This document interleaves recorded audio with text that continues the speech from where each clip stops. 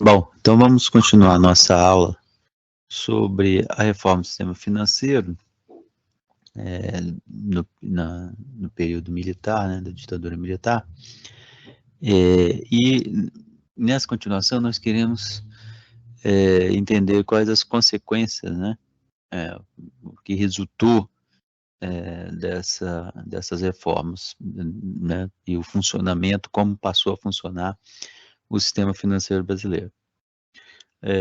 Antes, porém, vou fazer uma relembrada rapidamente para vocês do que é chamado o período do milagre econômico brasileiro, né? Que é um período que vai ali de 1968 a 73, devido às taxas de crescimento da economia bem altas. Então, vocês veem aqui nessa tabela que a taxa de crescimento do PIB, média anual, entre 68 e 73, foi de mais de 11%, né? E comparado aos períodos anteriores, veja, aqui tem 3 décadas, vamos dizer, em que na década anterior a esse período do milagre, o Brasil crescia razoavelmente bem, a uma taxa de 7,3%, média ao ano.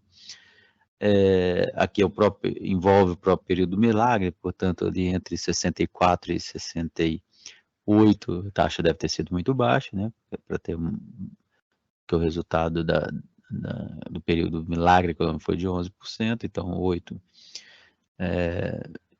foi mais ou menos a década entre 64 e 73, a primeira década da ditadura, e a segunda década da ditadura caiu pela metade. Então, quando a gente compara as 3 décadas, e aqui um destaque para o período chamado milagre econômico, a gente vê que envolvendo o período do milagre econômico há um crescimento mais robusto, e logo em seguida uma queda pela metade, ou mais do que a metade, se a gente comparar com o milagre propriamente, né, o período chamado milagre. O mesmo a gente vê para os determinantes do crescimento, né, o consumo das famílias cresceu a uma taxa também muito alta no período do milagre, ainda que vai sempre acontecer a mesma coisa, ainda que no período anterior a taxa de crescimento do consumo médio anual tenha sido muito alta, no período do milagre ele aumenta muito, especialmente o crescimento de bens de consumo duráveis, carros, geladeiras, essas coisas, televisão.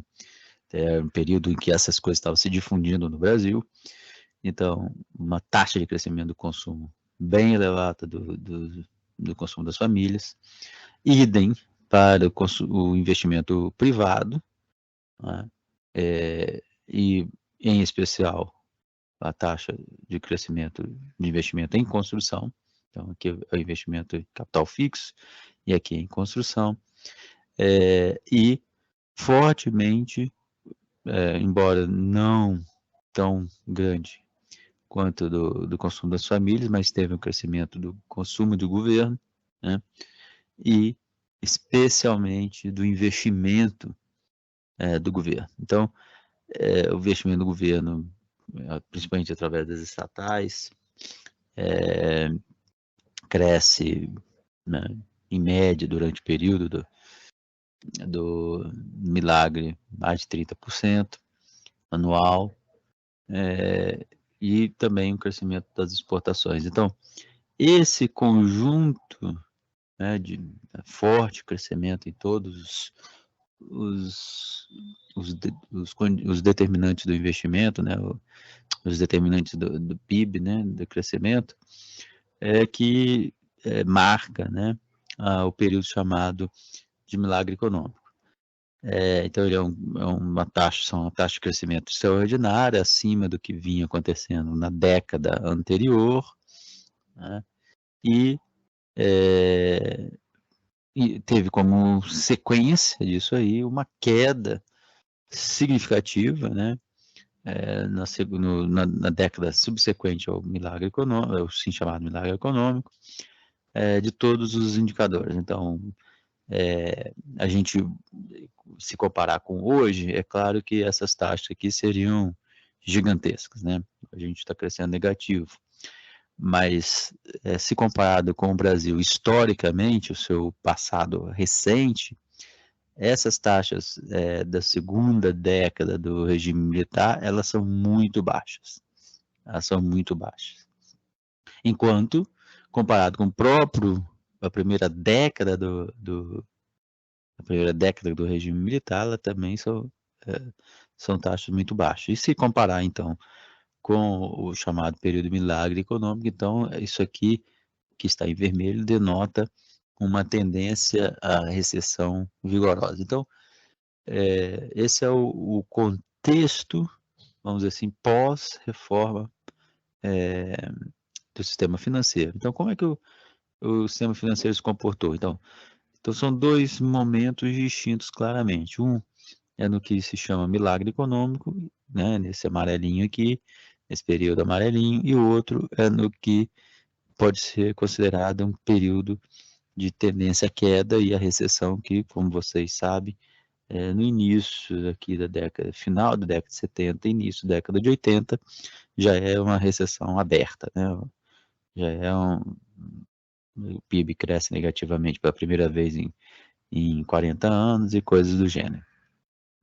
A gente vê como que foi, em termos, ali a gente viu, anteriormente a gente viu os fatores de demanda, né? Agora nós vamos ver os de oferta.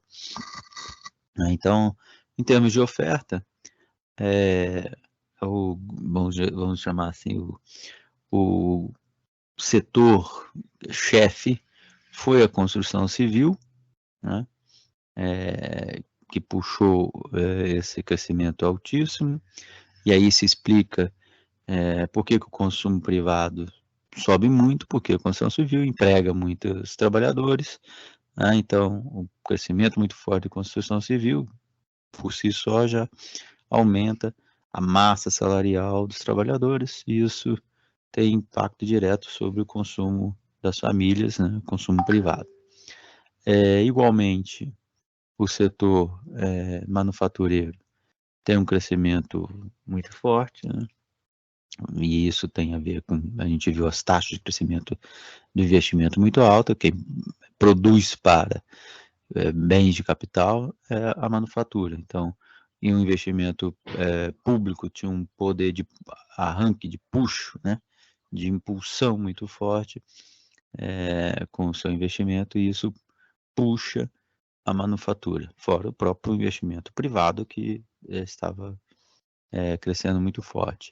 Observe que, comparativamente, a agricultura, ela se mantém dentro de ela não tem alteração significativa em nenhum dos três períodos, nem mesmo no subperíodo, né, do milagre econômico, em termos de crescimento histórico da renda. Então, a agricultura, ela se mantém a sua taxa de crescimento, enquanto os outros setores, né, manufatura, construção civil e comércio, né, comércio também sobe muito forte, o que também gera um aumento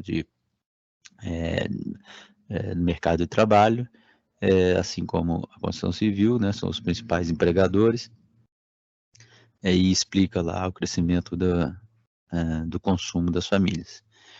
Mas também os transportes, que também responde muito aos investimentos públicos, né, e fortemente aqui o crescimento do setor financeiro. Agora, olha a diferença do setor financeiro para os demais setores. Ele é o único que mantém crescente, né, a sua taxa de crescimento. Então, o setor financeiro, mesmo com a recessão que ocorre, né, nesse período vermelho aqui, na segunda década da ditadura militar, então o PIB cai, mas o setor financeiro continua crescendo, e cresceu fortemente, né? Ele dobra praticamente a sua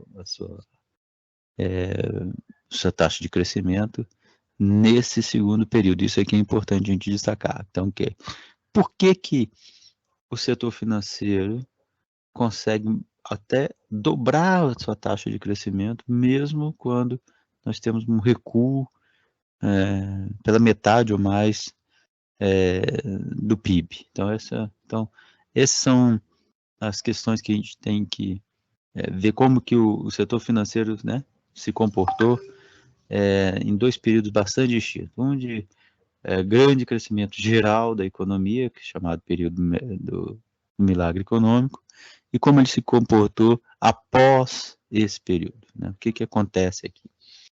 Bom, então, a Conceição Tavares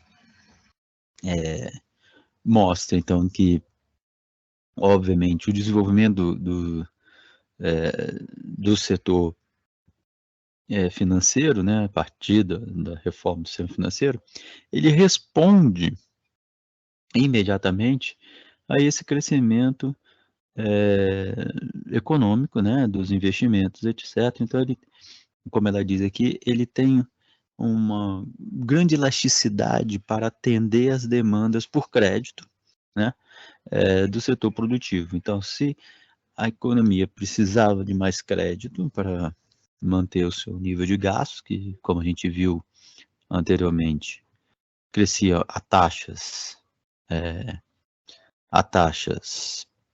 de 2 dígitos, né, quase que todos os itens componentes do gasto estavam crescendo a taxas bastante significativas, bastante superiores aos períodos anteriores, e o sistema financeiro respondeu a isso, criando, né, os meios de pagamento, as condições financeiras para esse processo de gasto. Então,